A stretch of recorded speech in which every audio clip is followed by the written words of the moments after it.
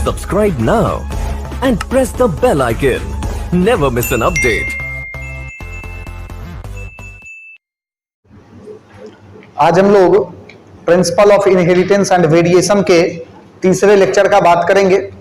इससे पहले दो लेक्चर में हम लोगों ने genetics, heredity, branch of genetics, pre Mendelian theory जिसमें moist vapour theory, fluid theory, pre formation theory, particulate theory, theory of pangenesis और theory of continuity of germ plasm के बारे में बात किए।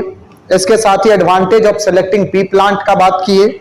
इसके अलावा Mendel's experiment technique, step involved in Mendel's experiment, इसका बात किए।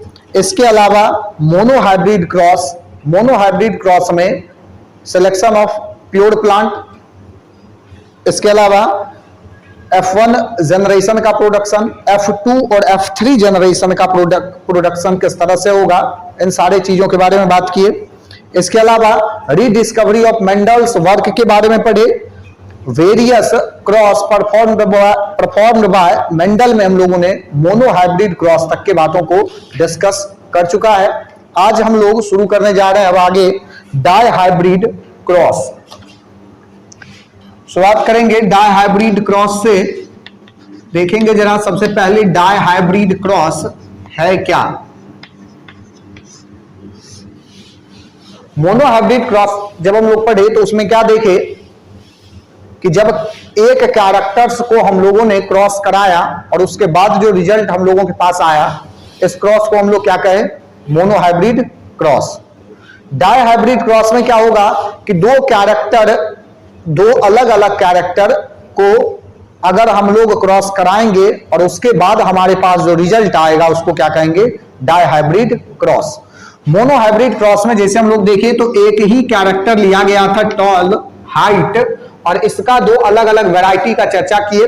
कैपिटल टी को हम लोग टॉल के लिए डिनोट किए और ड्वार्फ के लिए हम लोगों ने स्मॉल टी से डिनोट किया। इसके बाद डायहाइब्रिड क्रॉस का अगर बात करें तो क्या होगा, अब बताओ जरा। यहां से आज के लेक्चर का शुरुआत होगा। डायहाइब्रिड क्रॉस में क्या होगा कि दो कैरेक्टर्स, जैसे सीड के शेप का अगर बात करें तो राउंड और रिंकल्ड, ये दो शेप जो है सीड का हम लोगों को मिला था। मेंडल्स के एक्सपेरिमेंट में जो टेबल बनाए हम लोग, मेंडल्स का 7 कॉन्ट्रास्टिंग कैरेक्टर, उस कैरेक्टर में मेंडल्स का जो था ये था एक राउंड और दूसरा था रिंकल्ड सीड शेप में, जिसमें से राउंड जो था वो क्या था, डोमिनेंट। सीधा मेंडल का कहना था कि जो कैपिटल वाले से अगर किसी को आप डिनोट कर रहे हैं तो इसका मतलब वो क्या है, वो डोमिनेंट है, और जिसको आप स्मॉल लेटर से डिनोट कर रहे हैं वो क्या है, रिसेसिव स्टेज में है। तो ये हो गया हमारा डोमिनेंट और ये हो जाएगा रिसेसिव। सीड शेप के बाद सीड कलर का बात कर ले तो राउंड के साथ येलो जो था, सीड कलर में येलो क्या था, डोमिनेंट था, और जो ग्रीन था वो क्या था, रिसेसिव था। और इसको हम लोग डिनोट किए किस चीज से, स्मॉल वाई से। अब टोटल कंसेप्ट लगेगा किसका, मोनोहाइब्रिड क्रॉस का। पहले गैमेट निकालिए, फिर इसको क्रॉस कराइए किसके लिए, तो F1 जनरेशन के लिए। फिर जो F1 जनरेशन होगा उसमें करवाइए सेल्फिंग, रिजल्ट आएगा वो क्या हो जाएगा, F2 जनरेशन। तो ध्यान देंगे जरा क्रॉस किस तरह से किया जाएगा कि इसका अगर हम लोग गैमेट निकाले तो हमारे पास क्या आएगा गैमेट इसका, बताओ, कोई भी बताओ।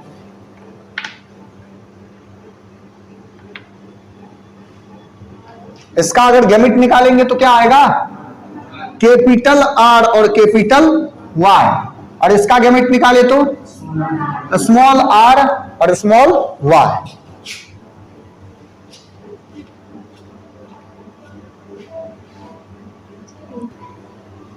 चलिए निकाले इसका गैमेट। तो हमारा मेरे पास गैमेट क्या है, capital R, capital Y, small r, small y, small r, small y, दोनों को क्रॉस करवाइए तो क्या आएगा आपका रिजल्ट जो आएगा, कैपिटल R के साथ कैपिटल स्मॉल r देंगे और कैपिटल Y के साथ स्मॉल y देंगे, ये यहां पर डोमिनेंट होगा। अब यहां पर अगर आप गैमेट निकालेंगे तो आपका रिजल्ट आता है कैपिटल R और स्मॉल r कैपिटल वाई और स्मॉल वाई। ठीक, अब आप देखिए जरा यहां पर, अब यहां पर आप जरा देखिए, इसको जब आप क्रॉस कराएंगे तो आपका रिजल्ट आएगा ये वाला, और ये capital R capital Y, capital R small are capital Y और स्मॉल आर स्मॉल वाई, ये आया आपका क्या, F1 जनरेशन। ये आया क्या, F1 जनरेशन। इसको हम लोग क्रॉस नहीं करा रहे हैं, इस तरफ क्रॉस आपको दिखा दिया गया है। यहां पर जो इसको लिख रहे हैं किसके लिए, F2 जनरेशन के लिए। ये रहा आपका P generation, parent generation. F1 generation आपका ये आ रहा है, दिक्कत ये आया आपका F1 जनरेशन आर वाई, मतलब capital R capital Y, capital R small are capital Y और स्मॉल आर स्मॉल वाई। ये रिजल्ट है आपका F1 जनरेशन का। किसी को दिक्कत है क्या, यहां तक क्लियर सब कुछ, बढ़े आगे। चलिए देखिए जरा, अब इसमें होगा, ये हम लोग लिख देते हैं, ये रहा हमारा F1 जनरेशन, ये रहा हमारा F1 जनरेशन। अब यहां आप करवाइए क्या, यहां पर सेल्फिंग कराए तो ये रिजल्ट आया F1। अब क्या होगा, मेंडल्स का लॉ क्या कहता है, अब इसमें करवाइए फिर से क्या, सेल्फ पॉलिनेशन, तो आएगा आपका F2। तो करवा दीजिए सेल्फ पॉलिनेशन। एक आपके पास रिजल्ट ये है और दूसरा रिजल्ट आएगा ये capital R capital Y, capital R small y और इसके बाद स्मॉल आर कैपिटल वाई और इसके बाद स्मॉल आर स्मॉल वाई। यह आएगा आपका रिजल्ट। अब इसको करवाइए क्रॉस। अगर आप मान लेते हैं कि ये आपका एक जो है वो मेल वाला, ये अगर इस तरह से मान ले,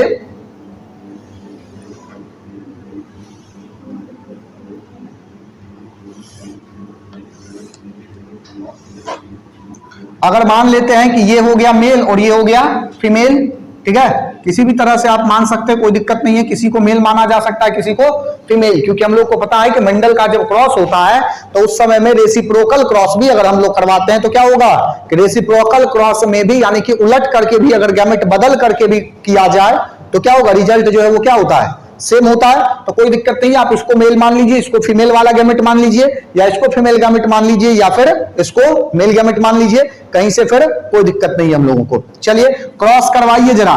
क्रॉस आपको सारा क्रॉस खुद से ही करवाना है। यहां पर अगर देखेंगे क्रॉस कराने का जो तरीका है वो सीखिए जरा। एक तरफ यहां पर जो है, यहां से इस तरफ हम लोग यहां से इस तरफ बढ़ते हैं, ठीक है, यहां से भी इस तरफ बढ़ सकते हैं, कोई दिक्कत नहीं है। हम लोग यहां से इस तरफ बढ़ेंगे, इस तरफ वाले को भूलिए कुछ समय के लिए और इसको क्रॉस कराइए तो क्या आएगा आपका रिजल्ट जो आएगा वो आएगा capital R capital R capital Y capital Y. क्या, इसका कैपिटल आर, इसका कैपिटल आर, इसका कैपिटल वाई और फिर इसका कैपिटल वाई। अब इसको इसके साथ क्रॉस कराइए तो capital R capital Y small y, ठीक है। अब इसके बाद आगे बढ़िए तो कैपिटल आर स्मॉल आर और ये कैपिटल वाई और ये भी कैपिटल वाई। अब इसमें बढ़िए आगे कैपिटल आर स्मॉल आर, उसके बाद तो बोलो कैपिटल वाई स्मॉल वाई। यहां पर बोलो क्या होगा, कैपिटल वाई स्मॉल वाई, इसके बाद कैपिटल आर फिर से और कैपिटल आर और उसके बाद स्मॉल वाई, इसके बाद capital R small are capital Y small y, ठीक है। अब इसके बाद देखिए क्या होगा, कैपिटल आर स्मॉल वाई, ये रिजल्ट है। देखिए जरा, ये हमारा F1 जनरेशन का, F1 जनरेशन में जब सेल्फिंग हुआ उसके बाद हमारा जो है ये रिजल्ट आएगा, 16 रिजल्ट हमारे सामने जो है वो आएगा। अब इसका हम लोगों को जीनोटाइप और फिनोटाइप निकालना है। मोनोहाइब्रिड क्रॉस का जीनोटाइप और फिनोटाइप दोनों काफी आसान था, इसलिए हम लोग जो है काफी आसानी से निकाले कि जीनोटाइप हम लोगों को 1:2:1 आता है मोनोहाइब्रिड क्रॉस का, जबकि फिनोटाइप उसका जो है 3:1 हम लोगों को देखने के लिए मिला था। डाइहाइब्रिड क्रॉस में अब हम लोग जरा देखते हैं कि किस तरह से जीनोटाइप और फिनोटाइप को जो है वो क्या होगा, निकाला जाएगा। बढ़ते आगे, ध्यान दीजिए, पहले फिनोटाइप अगर हम लोग देखें तो हमारा रेशियो जो है वो आता है 9:3:3:1, 9:3:3:1 के रेशियो में जो है हमारा फिनोटाइप आता है। ध्यान देंगे ये है कैसे, अगर हम लोग इसका बात करें, फिनोटाइप कहने का मतलब कैसा कैरेक्टर जो हम लोगों को सीधा देखने के लिए मिलता है, मतलब केवल कैरेक्टर्स को देख करके हम लोग अगर बता देंगे देख करके कि ये किस कैरेक्टर का है, उस तरह के रेशियो को हम लोग फिनोटिपिक रेशियो कहेंगे। और जहां पर जीन लेवल पर स्टडी किया जाएगा उस तरह के रेशियो को हम लोग क्या कहेंगे, जीनोटाइप रेशियो के नाम से जानते हैं। चलिए देखिए जरा कि फिनोटाइप रेशियो में क्या क्या है। अगर हम लोग इसका बात करें तो ये राउंड और येलो सीड है, राउंड और येलो, क्योंकि एक आर क्या है, कैपिटल है, यानी कि डोमिनेंट हो चुका है, और दूसरा यहां तो सारा का सारा डोमिनेंट ही है, सारा का सारा क्या है, डोमिनेंट है, तो ये तो राउंड येलो होगा, ये भी राउंड येलो, राउंड तो ठीक है, और ये जो है ये क्या हो गया, येलो, क्योंकि एक वाई कैपिटल आ गया ना, तो एक वाई अगर कैपिटल आया तो वो क्या हो जाएगा, एक वाई अगर कैपिटल आ गया तो ये क्या हो जाएगा, डोमिनेंट होगा ना, तो ये येलो हो जाएगा। यहां पर क्या होगा, राउंड येलो, राउंड येलो कितना हो गया अभी तक में, 3 हुआ, अरे 3 हुआ राउंड येलो। अब यहां पर फिर से ये राउंड येलो 4 हुआ, यहां पर फिर से ये राउंड येलो 5 हुआ, यहां पर फिर से ये होगा, नहीं होगा, क्यों, क्योंकि सर यहां पर जो है ना येलो नहीं है, दोनों वाई क्या है, स्मॉल आ गया, तो ये जो है चलिए नहीं हुआ, अभी तक 5 हुआ है, ये 6 हो गया, कैपिटल आर कैपिटल वाई, ये होगा, नहीं होगा, यहां देखिए होगा, हो जाएगा, तो कितना हो गया 7, यानी कि 7। अब यहां पर ये क्या होगा 8, और अब देखिए एक और कहीं होगा केवल, ये रहा आपका 9, यानी कि राउंड और येलो, राउंड के साथ येलो सीड आपके पास कितना है, राउंड के साथ येलो, राउंड येलो जो है हमारे पास हो गया कितना, तो 9, ठीक है, राउंड येलो हो गया कितना 9। अब आता है क्या 3। अब देखिए 9 जो है ये राउंड येलो का प्रोडक्ट आ गया रेशियो में। चलिए अब देखते जरा 3 क्या है और फिर 3 क्या है और फिर 1 क्या है। तो 1 का अगर बात करोगे तो ये देखो कि capital R sorry small r और स्मॉल वाई इसका रेशियो कितना है, इसका नंबर कितना है, केवल 1, यानी कि रिंकल्ड ग्रीन कितना है 1। तो यहां लिख देते हम लोग कि ये रहा आपका रिंकल्ड ग्रीन, ठीक है, रिंकल्ड ग्रीन आपका कितना आ गया, तो 1 आ गया। चलिए ठीक है, अब इसके बाद 3 वाला देखते हैं क्या है। ये तो नहीं ही कुछ होगा, ये तो राउंड येलो, ये भी राउंड येलो, ये भी राउंड येलो, ये भी राउंड येलो, यहां भी राउंड येलो, ये क्या है, राउंड के साथ ग्रीन, राउंड ग्रीन कितना देखते हैं, तो राउंड ग्रीन 1 हुआ, राउंड ग्रीन 2 हुआ, राउंड ग्रीन 2 हो गया। अब देखिए जरा राउंड ग्रीन एक और कहीं होगा, कहीं राउंड ग्रीन 1, राउंड ग्रीन 2 और ये राउंड ग्रीन रहा 3। तो ये क्या हो गया, राउंड के साथ ग्रीन कितना हो गया 3। चलिए अब देखिए ये भी आपका हो गया, ये सारा जहां टिक लगा रहे हैं वो सारा हमारा क्या हुआ है, हो चुका है ना। चलिए ध्यान दीजिए जरा, अब इसके बाद ये बचा है राउंड और येलो, ये तो हो ही गया है, ये रिंकल्ड और येलो ना, येलो रिंकल्ड येलो कितना है, 1 हुआ, ये 1 हो गया, ये और 1 हो गया, ये तो रिंकल्ड और येलो 3 हुआ। ये हमारा क्या है, ये हमारा फिनोटाइप रेशियो है, फिनोटिपिक रेशियो जो 9:3:3:1 के रेशियो में आपको देखने के लिए मिलेगा, ठीक है, आपके सीट में लिखा हुआ है। चलिए इसके बाद देखिए दूसरा जो है, दूसरा अब हम लोग आते हैं कहां, जीनोटिपिक रेशियो पे। जीनोटिपिक रेशियो यानी कि जीन का स्टडी करते हैं कि कौन सा प्योर राउंड येलो है कौन सा हाइब्रिड राउंड येलो होगा, कौन सा रिंकल्ड येलो प्योर है, कौन सा जो है वो क्या है रिंकल्ड है। बात समझ गए? इसका जो है चर्चा करते हैं और यहां हम लोग देखते हैं जरा कि किस तरह से जो है इसको हम लोग लिखेंगे। जीनोटाइप हमारा आता है 1:2:2:1:1:2:1:2:1। इसको रट्टा लगाते लगाते कहां 1 कहां 2 है, आप भी जो है 3 हो जाइएगा बीच में। बात समझ गए? तो इसको रट्टा नहीं लगाया जा सकता है कि किस तरह से 1:2:2:4:1:1:2:1 है। ठीक है, इसको याद रखने का जुगाड़ है 12 24 12 12 1 और सारे के बीच में क्या करिए रेशियो का जो है साइन आप डाल दीजिए। समझ गए? क्या 12 24 12 12 1। ठीक है, रेशियो लगा दीजिए, आपका जीनोटाइप रेशियो तैयार है। बात समझ गए? चलिए, याद हो जाना चाहिए कि नहीं हुआ अभी भी 12 24 12 12 1। चलिए अब देखिए जरा ये 12 24 12 12 1 आखिर है क्या। तो देखिए जरा ये जो आपका है सब कुछ कैपिटल, ये कितना है गिनिए, सारा कुछ कैपिटल, तभी ना एक वाला होगा एक होगा। तो सारा कुछ कैपिटल कितना है, एक ही है। ये हुआ, हम इसको घेरा लगा देते हैं सारा कुछ कैपिटल वाले को, एक ही हुआ। और कहिए देखिए तो जरा, नहीं है तो चलिए लिख देते हैं सारा कुछ capital, capital R capital R capital Y capital Y. चलिए ये वाला इसको अंडरलाइन कर देते हैं, दोनों आर कैपिटल एक आर स्मॉल और एक आर सॉरी एक, दोनों आर कैपिटल एक वाई कैपिटल और एक वाई स्मॉल। ये कितना है, एक यहां है, कहां नीचे में सेकेंड,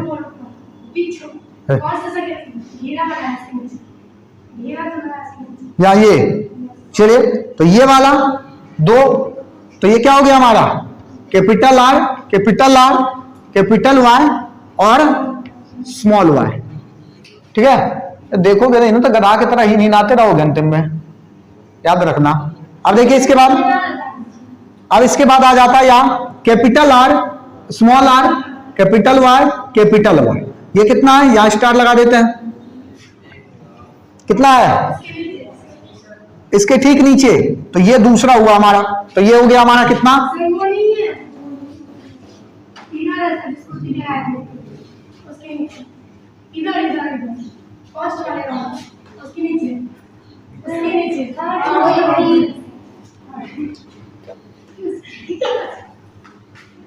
ये हो गया capital R small are capital Y capital Y. कितना है 2। अब ये वाला कैपिटल आर ये 4 होगा, एक यहां प्लस लगा देते हैं, दूसरा यहां होगा, तीसरा यहां होगा, चौथा यहां होगा। ठीक है, तो ये हो गया आपका capital R small are capital Y small y. ठीक है, ये हो गया, ये तो हो ही गया आपका। अब ये आया कैपिटल आर स्मॉल वाई, ये होता है कितना, तो ये एक ही होगा शायद। इसको हम लोग लगा देते हैं माइनस वाला चिन्ह, नहीं माइनस वाला नहीं लगाते हैं, इसको लगा देते हैं प्लस, तो लगा चुके हैं मल्टीप्लाई वाला। ठीक है, ये हो गया कितना, तो एक कैपिटल आर स्मॉल वाई। इसके बाद देखिए जरा, अब हमारा बचा है क्या, तो ये वाला दोनों आर स्मॉल दोनों वाई कैपिटल, दोनों आर स्मॉल और दोनों वाई कैपिटल। ये कितना है, एक यहां है एक यहां है, नहीं उससे पहले हमारा ये भी बचा हुआ है ना। ठीक है, ये वाला capital R small are capital Y small y, sorry small y, एक यहां और सबसे लास्ट में सेकेंड। तो एक रहा ये, यहां लगा देते ये वाला चिन्ह।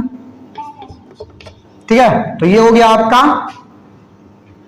Capital R small y. इसके बाद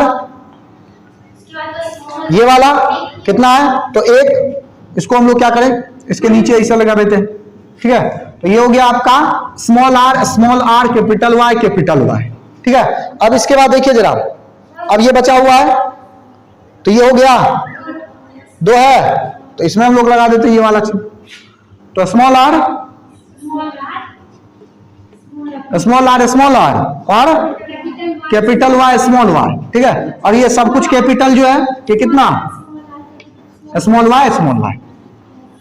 ये जीन निकला, ये जीनोटाइप रेशियो है।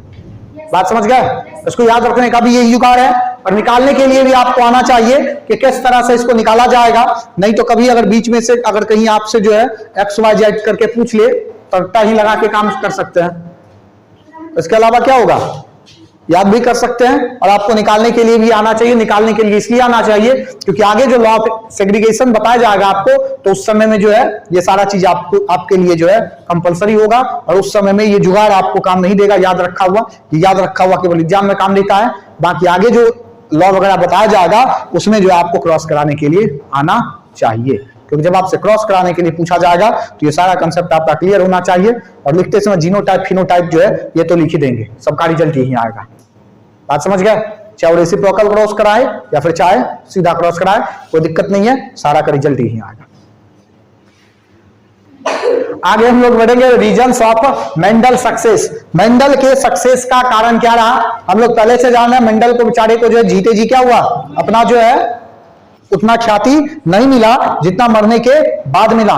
ये जो ह्यूगो डी व्रिज, कार्ल कोरेंस और एरिक वॉन टैस्मार्क के द्वारा जो है क्या किया गया था, वो थियरी दिया गया था, मतलब उसके मेंडल्स के फंक्शन को, वर्क को क्या किया गया था, फिर से रीअरेंज करके जो है लोगों के पास, वैज्ञानिकों के पास रखा गया। उसके बाद जो है मेंडल्स का जो है लॉ वो उतना ज्यादा फेमस हुआ। बात समझ गए? आपको एक बात याद रखना है, मेंडल का जो भी चीज है वो लॉ के फॉर्म में आ रहा है। थियरी मेंडल का कभी थियरी जो है वो नहीं दिया गया है। बात समझ गए? मेंडल का थियरी नहीं होता, मेंडल्स का लॉ होता है। और भी अलग अलग साइंटिस्ट का थियरी है, जैसे डार्विन का पढ़ोगे तो थियरी दिया गया था। बात समझ गए? लेकिन मेंडल्स क्या दिया, लॉ। थियरी और लॉ में यही फर्क है कि क्या होता है कि जो थियरी है वो बदल सकता है, समझ गए? जैसे इवोल्यूशन कभी भी चेंज हो सकता है, कोई भी नियम, कभी भी कंसेप्ट जो है वो उलट पुलट सकता है। लेकिन जो मेंडल्स का जेनेटिक्स का लॉ है वो कभी भी क्या होता है, बदलता नहीं है, हमेशा क्या होगा, एक जैसा ही रहेगा। चाहे वो कितना भी जनरेशन तक हम लोग स्टडी करें। हम लोग देख लिए कि मेंडल तीन जनरेशन तक कर लिया, स्टडी कर लिया है ना।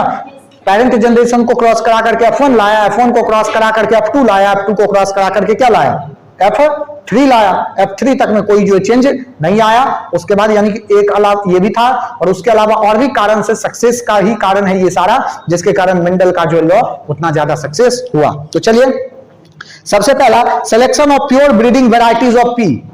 मेंडल जो है पी का सिलेक्शन किया, और पी एक ऐसा प्लांट था, सिलेक्शन ऑफ पी। एक नंबर जो है मेंडल के सक्सेस का, एक नंबर जो है मेंडल के सक्सेस का वो था क्या, तो selection of P. Selection of P. Mendel P plant को अगर नहीं चुनता, जैसे हम लोग देखे थे कि हैकविड के प्लांट पे ये चीज जो है ये क्या हुआ था, लागू नहीं हुआ था। हैकविड के प्लांट पे ये चीज लागू नहीं हुआ था, जिसके कारण क्या हुआ था, मेंडल्स को उस समय में वो ख्याति नहीं मिली थी। बात समझ गए? चलिए, दूसरा मेंडल्स के सक्सेस का दूसरा कारण था आइडियल कंट्रोल ब्रीडिंग। प्लांट जो है वो क्या करता था, plant selected was ideal for controlled breeding. ये जो मेंडल का ये वाला था पी प्लांट, ये आइडियल था किस चीज के लिए, ideal for controlled breeding. Controlled breeding कहने का मतलब क्या है, आइडियल फॉर कंट्रोल्ड ब्रीडिंग कहने का मतलब ये है, इसमें हम लोग क्या, मेंडल क्या करवा रहा था कि कंट्रोल्ड ब्रीडिंग हमेशा, मतलब जिस तरह से चाह रहा था उस तरह से। देखे थे ना कि क्या किया, स्टेमेन को हटा दिया, अगर पिस्टिल के मतलब फीमेल के तरह बिहेव करवाना है प्लांट को, पिस्टिल को हटा दिया अगर मेल के तरह बिहेव करवाना है प्लांट को। तो यही क्या है, कंट्रोल्ड ब्रीडिंग। और ये प्लांट क्या था, इस चीज के लिए आइडियल था, यानी कि सेल्फ पॉलिनेशन भी था और क्रॉस पॉलिनेशन के लिए भी हमेशा तैयार हो जाता था। इसलिए ये क्या हुआ, मेंडल्स जो इतना ज्यादा सक्सेस किया। चलिए, अगला नंबर था selection of those traits which did not show linkage। अगला था traits don't show linkage, recombination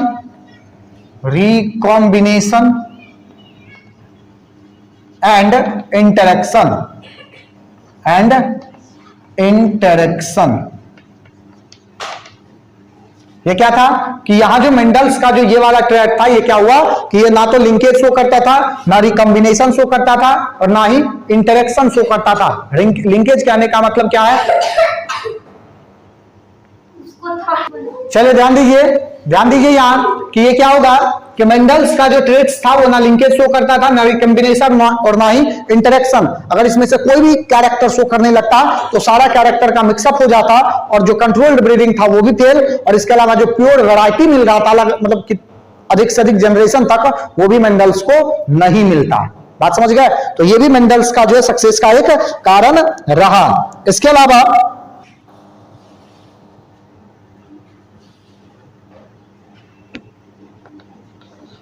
studied the inheritance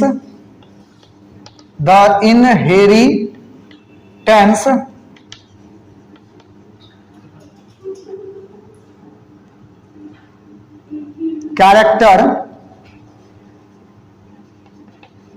for 3 generation।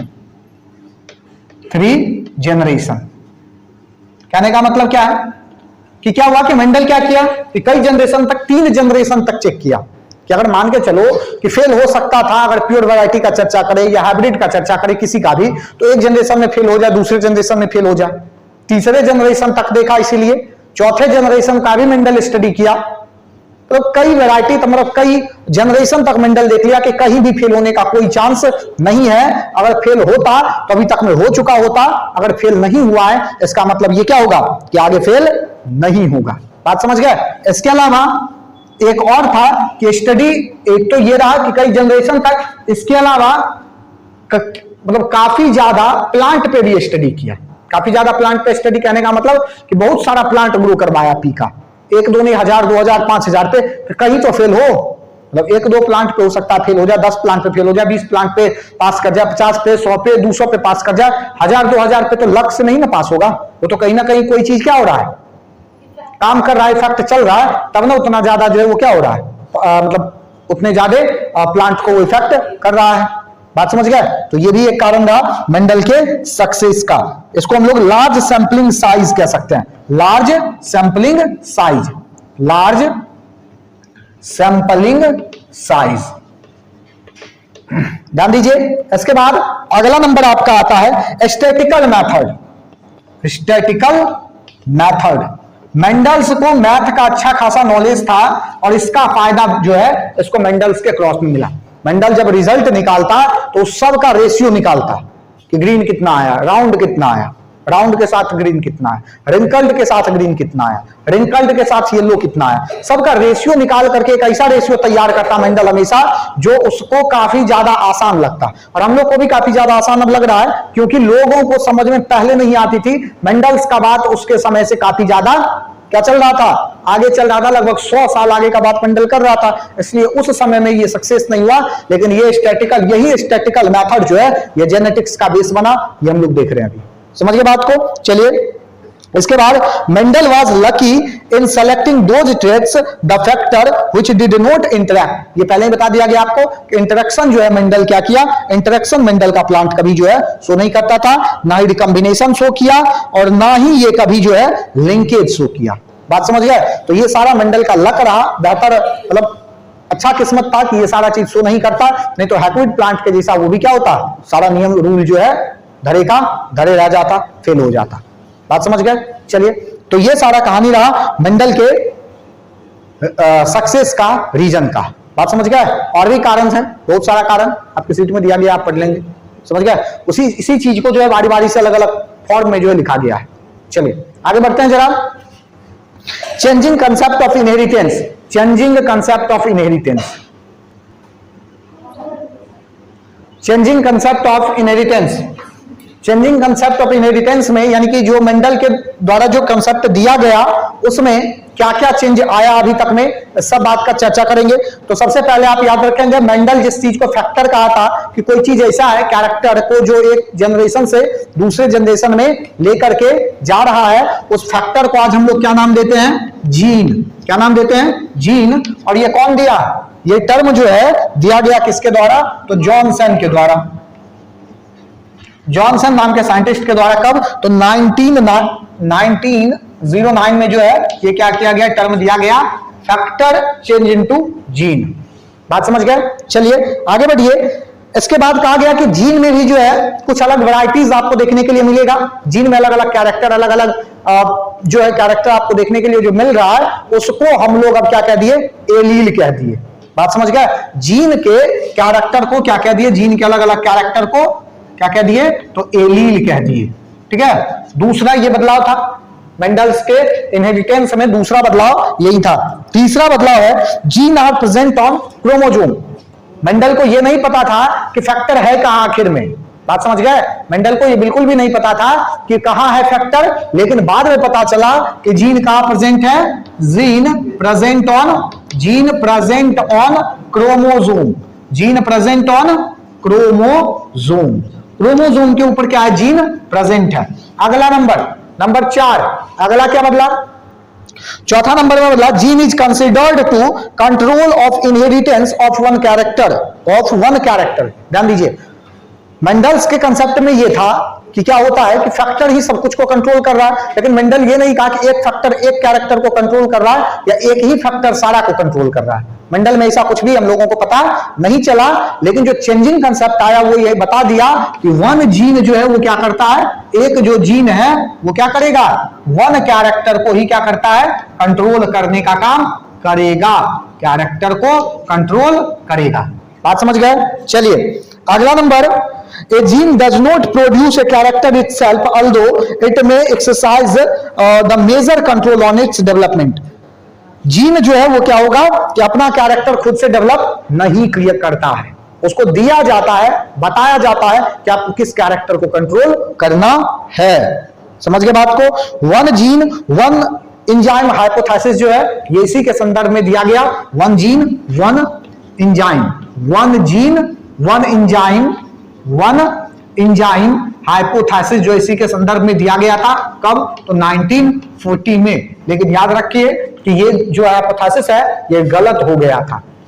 One gene one enzyme hypothesis गलत होकर के किस पे आ गया था, one gene produce a single polypeptide, यानी कि वन जीन वन पॉलीपेप्टाइड। बात समझ गए? वन जीन वन एंजाइम जो था वो किसमें बदला, वन जीन वन पॉलीपेप्टाइड।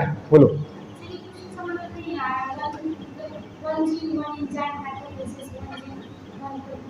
या ध्यान दो कि यहां कहना यह था कि एक जीन जो होगा ना उसके पास एक एंजाइम होगा। 1940 में कहा गया, 1940 में। लेकिन उसके बाद कुछ समय के बाद ये क्या हुआ कि वन जीन के पास एंजाइम वाला कंसेप्ट हटा करके एंजाइम नहीं होगा, इसके पास क्या होगा, वन पॉलीपेप्टाइड होगा।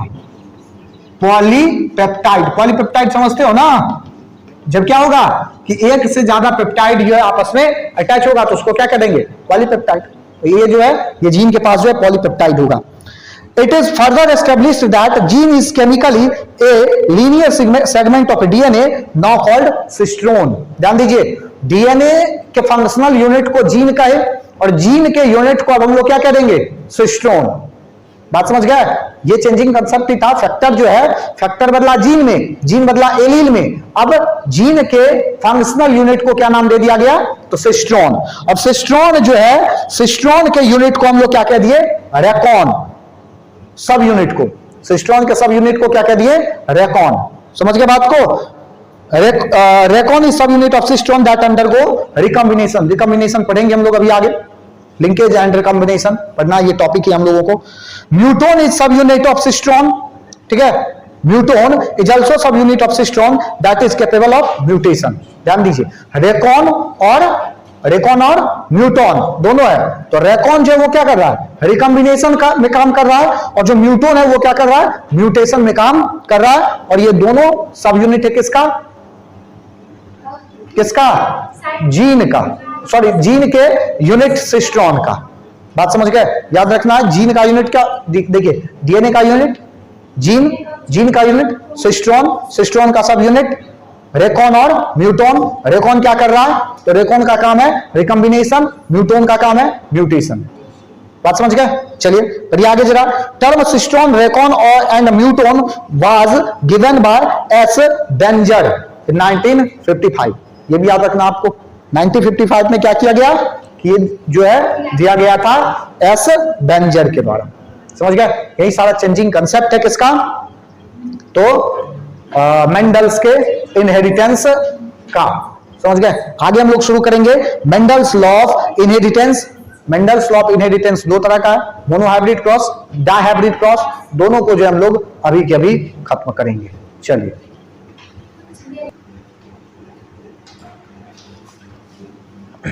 आगे हम लोग शुरू कर रहे हैं Mendel's law of inheritance. Mendel's law of inheritance में जो है, मेंडल्स लॉ ऑफ इनहेरिटेंस जो है ये दो चीज पर आधारित है। सबसे पहला बेस्ड ऑन मोनोहाइब्रिड क्रॉस और दूसरा based on dihybrid cross. Monohybrid cross के बेस पर दो लॉ, सबसे पहला लॉ ऑफ डोमिनेंस और दूसरा लॉ ऑफ सेग्रीगेशन, और यहां पर एक ही लॉ ऑफ इंडिपेंडेंट असॉर्टमेंट। बारी बारी से सारा जो है हम लोग देखेंगे किस तरह से जो है ये सारा लॉ है। चलिए ध्यान दीजिए, law of dominance. Law of dominance पे देखेंगे क्या कह रहा है लॉ ऑफ डोमिनेंस, और उसके बाद जो यहां आएंगे लॉ ऑफ सेग्रीगेशन, फिर देखेंगे लॉ ऑफ इंडिपेंडेंट असॉर्टमेंट। सबसे पहला लॉ ऑफ डोमिनेंस देखते हैं क्या क्या जो है लॉ ऑफ डोमिनेंस कहता है। Mendel's postulate of dominance was raised to the status of law of dominance by Correns. याद रखना है मेंडल्स का पोस्टुलेट था, क्योंकि मेंडल्स जो है जो दिया गया था वो मेंडल का लॉ नहीं था उस समय में। क्यों? क्योंकि उसको जो है क्या हुआ था, ख्याति नहीं मिली थी। उसके लॉ को, उसके नियम को, उसके पोस्टुलेट को, जो पोस्टुलेट को मानिए, लॉ नहीं, उसके पोस्टुलेट को जो है साइंटिस्ट क्या किया था, प्रूव नहीं किया था, जिस कारण से पोस्टुलेट ही रहा। कॉरेंस उसको किसमें बदला है, तो लॉ में, मेंडल्स के लॉ में। तो देखिए लॉ ऑफ डोमिनेंस जो है वो क्या कहता है। तो लॉ ऑफ डोमिनेंस का कहना है characters are controlled by discrete unit called factor. ठीक है, किसके द्वारा कंट्रोल हो रहा है, तो फैक्टर के द्वारा, जिसको हम लोग आज क्या कह रहे हैं, तो एलील के नाम से जान रहे हैं। किसके नाम से जान रहे हैं, एलील के नाम से। एलील सकनी occurs in pair, occurs in pair. Only one allele express itself in hybrid and prevent the expression of other allele. ध्यान दीजिए, मेन यही है कि अगर हम लोग क्या करें कि दो कैरेक्टर को मिला करके एक नया कैरेक्टर जनरेट करवाए, यानी कि पेरेंट जनरेशन में अगर प्योर टॉल और प्योर ड्वार्फ, यानी कि डोमिनेंट और रिसेसिव को आप अगर मिलाते हैं तो जो नेक्स्ट जनरेशन F1 जनरेशन आएगा वहां पर आपको केवल एक ही कैरेक्टर क्या होगा, एक ही कैरेक्टर केवल देखने के लिए मिलेगा। दूसरा कैरेक्टर वहां क्या होता है, दब जाता है। यानी कि जो कैरेक्टर दिख रहा है आपको वो हो जाएगा डोमिनेंट कैरेक्टर, और जो कैरेक्टर नहीं दिख रहा आपको वो हो जाएगा रिसेसिव कैरेक्टर। बात समझ गए? ध्यान दीजिए जरा, यहां हो गया ये लॉ ऑफ डोमिनेंस। ध्यान दीजिए, मोनोहाइब्रिड क्रॉस अगर आपको समझ में आया तो सब कुछ समझ में आएगा। ये रहा आपका कैपिटल टी, स्मॉल टी, ये रहा आपका डोमिनेंट है, और ये रहा आपका रिसेसिव। तो यहां से जब आप गेमिट निकालते हैं और जब इसको क्रॉस कराते हैं तो ये जो आपका रिजल्ट आता है ये क्या है, टॉल कहते हैं आप इसको, टॉल कहते हैं ना। तो टॉल क्यों कहे, क्योंकि T is dominant over small t, capital T is dominant over small T. और लॉ ऑफ डोमिनेंस यही कह रहा है कि दो कैरेक्टर को जब आप मिला के हाइब्रिड तैयार करेंगे तो उस हाइब्रिड में आपको केवल कितना कैरेक्टर मिलेगा, एक ही कैरेक्टर मिलेगा, और जो उसमें कौन सा कैरेक्टर आपको दिखाई देगा, जो डोमिनेंट होगा। समझ गए बात को? चलिए अगला बढ़ते हैं। The allele which express itself in the hybrid is called dominant allele, and the other allele which is unable to express in the hybrid it is called recessive allele. समझ गए बात को? ये याद रखना है, और यही आपका law of monohybrid cross showing the law of ये डोमिनेंस है। बात समझ गए? चलिए आगे बढ़िए, और अब हम लोग आते हैं जरा exception of law of dominance. दो जो है एक्सेप्शन है किसका, लॉ ऑफ डोमिनेंस का। क्या सब एक्सेप्शन है, तो एक्सेप्शन अभी हम लोग पढ़ेंगे नहीं, एक्सेप्शन को आगे देखेंगे, लेकिन यहां पर आप याद रखिए कि एक्सेप्शन है क्या, इसमें क्या क्या एक्सेप्शन है। तो सबसे पहला जो आएगा आपका वो आएगा एक्सेप्शन में, जो सबसे पहला आएगा इनकम्प्लीट डोमिनेंस एंड को डोमिनेंस। एक में आएगा इनकम्प्लीट डोमिनेंस, और दूसरा जो आएगा ये आएगा को डोमिनेंस।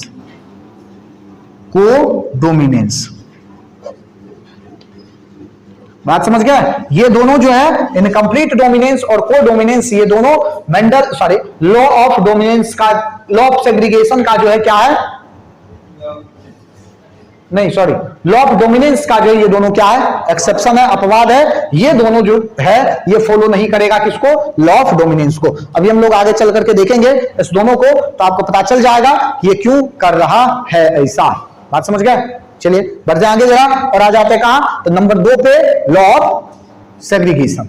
लॉ ऑफ सेग्रीगेशन ध्यान दीजिए, ये भी काफी आसान है, ये सारा चीज आपको जो है ना बताया गया है, ये सारा चीज पीछे से ही हम लोग पढ़ते आ रहे हैं। ये केवल आपको फॉर्मेलिटी जो है, मतलब केवल लैंग्वेज में लिखने के लिए आपको जो सिखाया जा रहा है कि लैंग्वेज में आप इसको कैसे लिखेंगे। लॉ ऑफ सेग्रीगेशन नंबर 2 में देखिए जरा कि लॉ ऑफ सेग्रीगेशन क्या कहता है। सेग्रीगेशन हम लोगों को मेंडल्स का जब हम लोग कल लॉ पढ़ रहे थे तो वहां हम लोग देखे ये थे कि होता क्या है कि जब हम लोग क्या करें कि दो कैरेक्टर को एक साथ मिलाए, दो कैरेक्टर को क्या करें एक साथ मिला दे और हाइब्रिड बन गया F1 जनरेशन में आपको एक कैरेक्टर दिखाई नहीं देता है लेकिन दूसरा कैरेक्टर दिखाई देता है। एक कैरेक्टर दिखाई नहीं देता लेकिन दूसरा कैरेक्टर आपको दिखाई देता है, और दूसरा जो कैरेक्टर दिखाई देता है, सॉरी एक कैरेक्टर दिखाई दिया और दूसरा दिखाई नहीं दिया, तो जो दूसरा दिखाई नहीं दिया है वो ऐसा नहीं कि उसमें मिक्स हो गया, मतलब क्या मिल गया। मेंडल क्या कहा कि F1 जनरेशन में नहीं दिख रहा है लेकिन F2 जनरेशन में क्या होगा, आपको देखने के लिए वो मिलता है। कल का लेक्चर याद करो, कल बताया गया ये सारा बात आपको कि क्या होगा कि F1 जनरेशन में ये सारा क्या होता है कि नहीं दिखाई देगा। इसका मतलब ये नहीं कि वो ना मिक्स हुआ है और ना ही वहां खत्म हुआ है, वो बचा हुआ है और अलग भी है, केवल अगले जनरेशन का इंतजार करेगा और जैसे ही वो अगले जनरेशन में आएगा तो वो सारा कैरेक्टर क्या होगा, सेपरेट हो जाएगा। और आपका लॉ ऑफ सेग्रीगेशन जो है यही कहता है। अब जरा इसको लैंग्वेज में देख लीजिए, क्या two alleles of gene controlling each character stay together in the individual। individual में क्या है, दोनों है।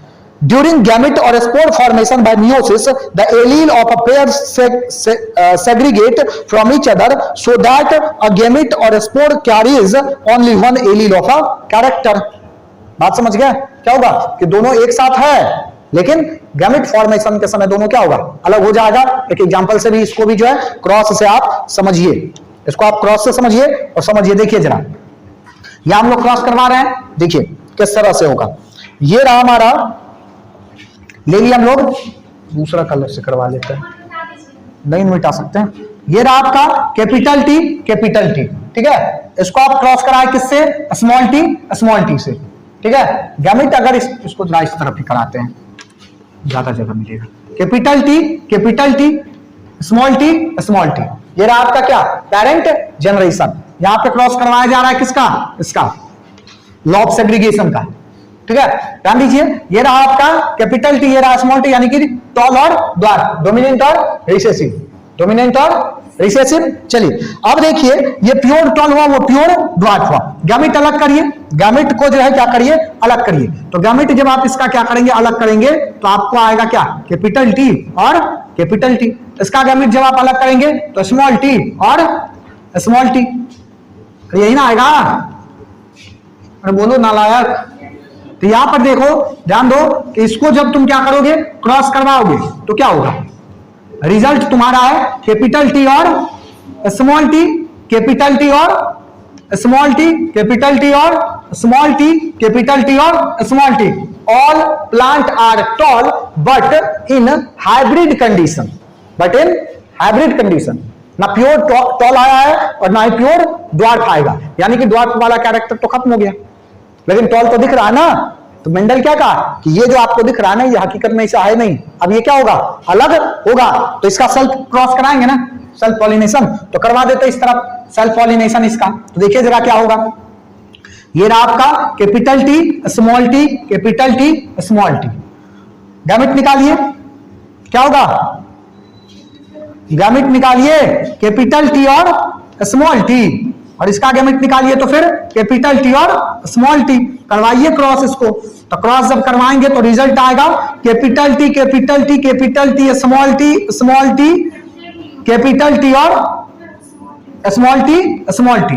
क्या कहा मेंडल, यही ना कहा कि यहां मिला हुआ है, यहां हम लोग लिख देते हैं all plant are tall, all plant are tall, all plant are tall, सभी प्लांट लंबा है, यानी कि ड्वार्फ वाला कैरेक्टर खत्म हुआ। अरे पागल, खत्म कैसे हुआ? बचा हुआ ही तो है, बचा हुआ है ना, वो अभी बचा हुआ है। मेंडल यही कह रहा है कि ये बचा हुआ है, खत्म नहीं हुआ है, ये केवल इंतजार कर रहा है कब? अगले जनरेशन का।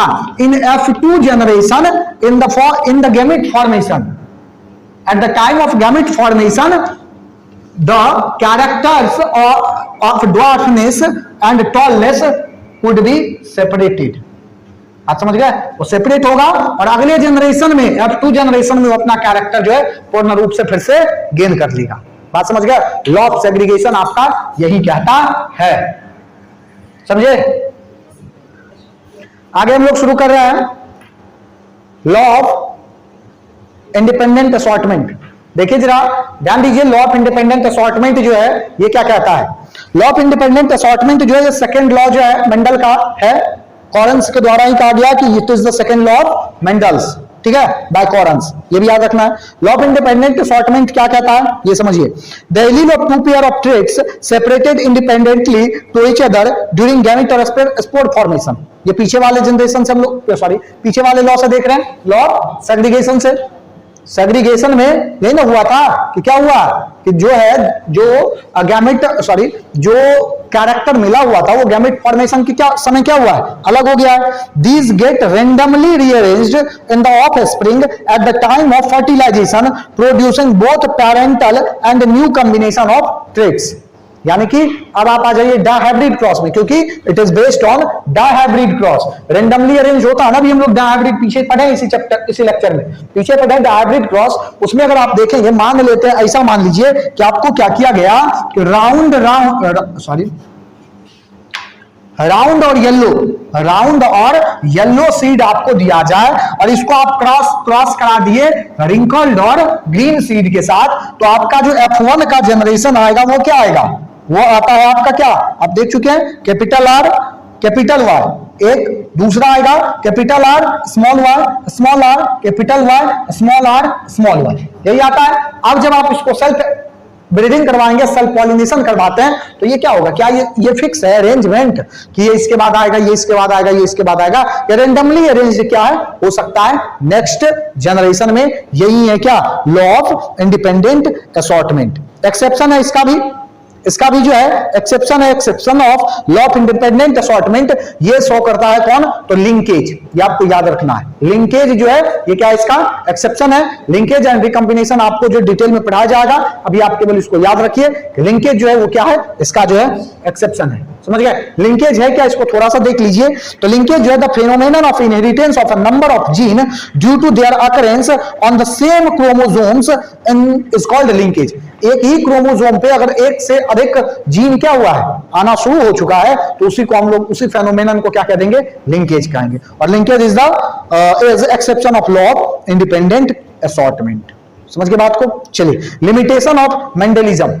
मेंडलिज्म का कुछ लिमिटेशन है, यानी कि प्लियोट्रोपिक जीन और मल्टीपल एलील्स, दोनों के बारे में पढ़ेंगे। प्लियोट्रोपिक जीन और मल्टीपल एलील्स के बारे में आप 10th में 9th में भी पढ़े होंगे और 11th में भी पढ़े होंगे। ब्लड ग्रुप पढ़े हो, सर्कुलेशन वाला ब्लड ग्रुप सिस्टम जो है वो मल्टीपल एलीलिज्म जो है वो शो करता है। ये भी हम लोग जो है अगले लेक्चर में जो है इस सारी चीजों का चर्चा करेंगे। ठीक है, आज के लिए इतना ही, बाकी के बाद अगले लेक्चर के लिए इंतजार करिए। तब तक के लिए धन्यवाद। जय हिंद, जय भारत।